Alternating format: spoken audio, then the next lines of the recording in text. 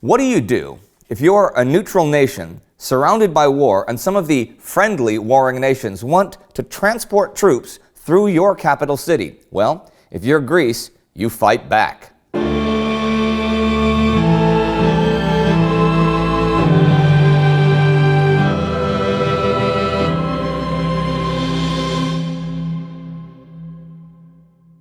I'm Indy. Welcome to the Great War. Last week, Austro-Hungarian Emperor Franz Joseph died and his grandnephew Karl ascended to the throne. There were also political appointments in Russia and Germany. Central Powers forces took Craiova, capital of Western Wallachia, much to Romanian dismay, while other Central Powers forces were crossing the Danube to the south. Even further south in the Balkans, the Allies took Monastir, but were not strong enough to advance much further. And the huge news from the Western Front was the end of the Battle of the Somme. I'd like to begin this week with some reflections about that enormous battle. At the Somme, the British had both air and artillery superiority. Their aircraft were, for the most part, free to direct artillery fire and take photos of defenses. But these advantages were often negated. One huge factor was the weather. Even at the height of the summer, there was so much cloud and rain that often, for days on end, planes could not be deployed. Artillery accuracy was also not quite advanced enough that spotting could be used effectively.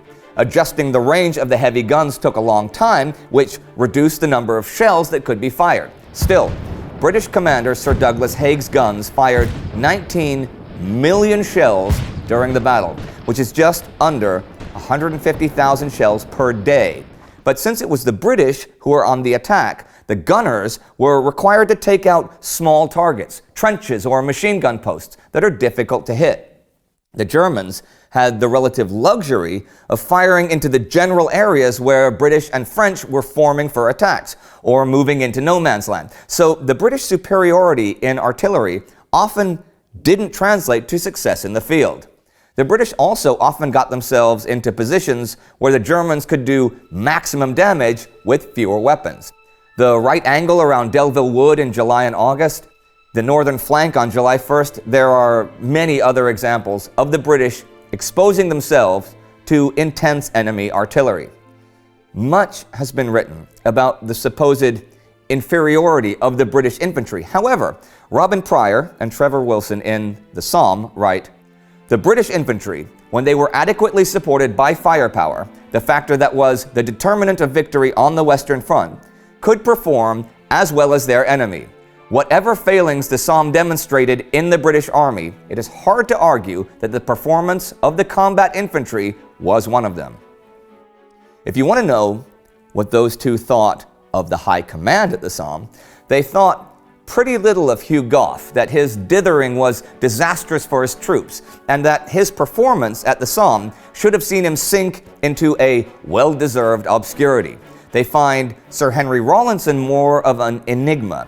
He had been one of the originators of the bite and hold tactics in 1915, and a couple of times at the Somme tried to go back to that style of attack.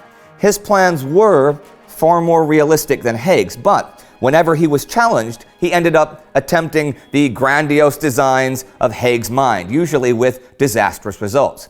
But most of all, they think that Rawlinson didn't have any fixity of purpose, that he would see a course of action that he thought very sensible and well thought out, and then proceed in a completely different direction. Of course, it was Haig who had control.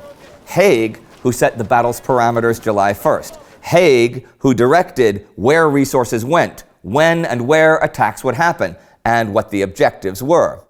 Haig claimed he achieved three things at the Somme. He relieved the pressure on the French at Verdun, he pinned the German army to the Western Front, which relieved pressure on the Russians, and he began the process whereby the German army would be worn out by one continuous battle over the next couple of years. Do these stand up? Pryor and Wilson say no. Haig planned the Somme without thinking about Verdun. The Somme did eventually focus German attention away from Verdun, but that had not been part of Haig's intention. Did he pin the Germans to the Western Front? No, he didn't. 15 German divisions left the Western Front during the Battle of the Somme, and they were now overrunning Romania.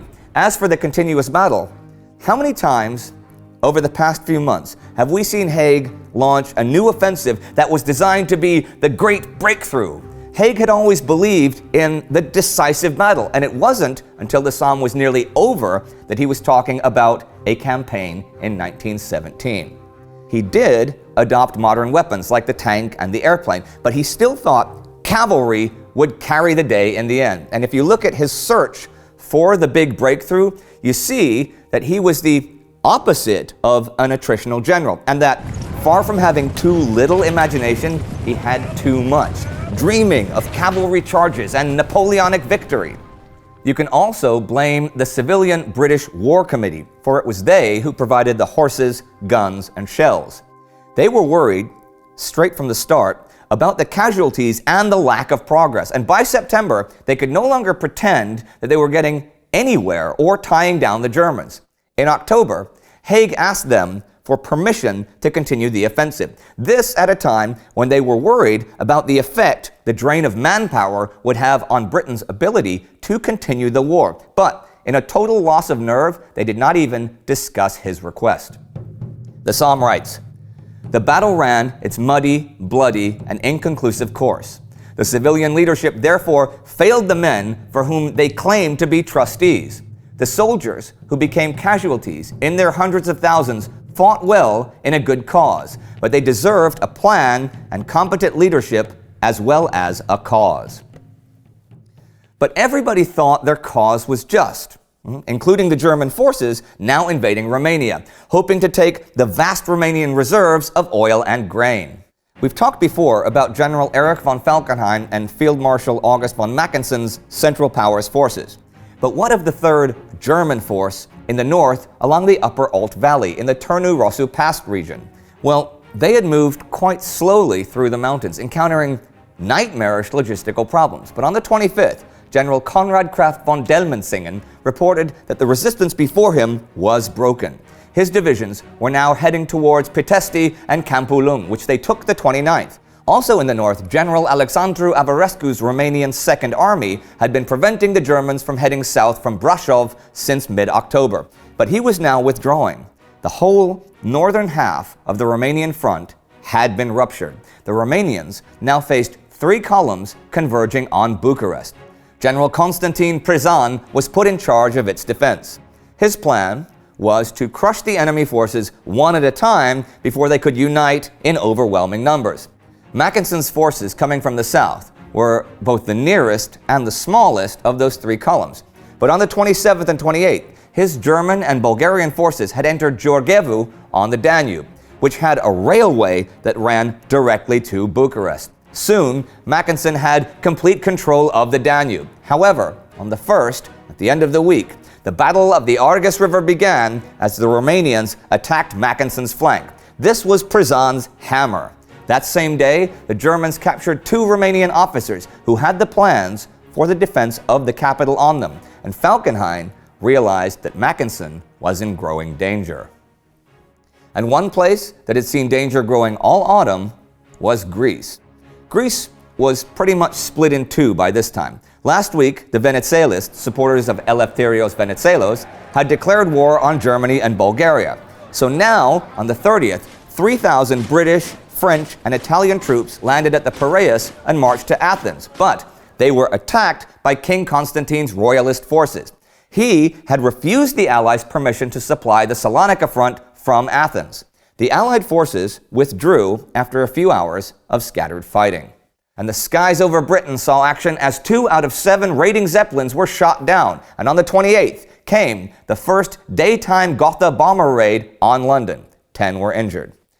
And so the week ends with 3 columns made up of all 4 Central Powers converging on Bucharest as the Romanian defense of the capital kicks into gear. The other European fronts were fairly quiet, but in Greece there was ever-increasing turmoil, which you could see coming. The country was split, but was still neutral. At least the royalist side was neutral. But the Allies had landed hundreds of thousands of men on Greek territory and had even taken control of the press and the police. Now they wanted to use the capital to transport troops. The action there this week was pretty small, sure, but ominous and foreboding. Would the Allies just give up trying? Would Greece give up fighting back? Maybe neutral is no longer possible in this modern war. If you want to learn more about the fascinating and complicated history of Greece during the First World War, you can click right here to watch our special episode about that. Our Patreon supporter of the week is Loke von Post. Great name. We could not do this show without the support of our Patreon, so please consider helping us there to make this show ever better. You can also support us by buying our official merchandise. Don't forget to subscribe. See you next time.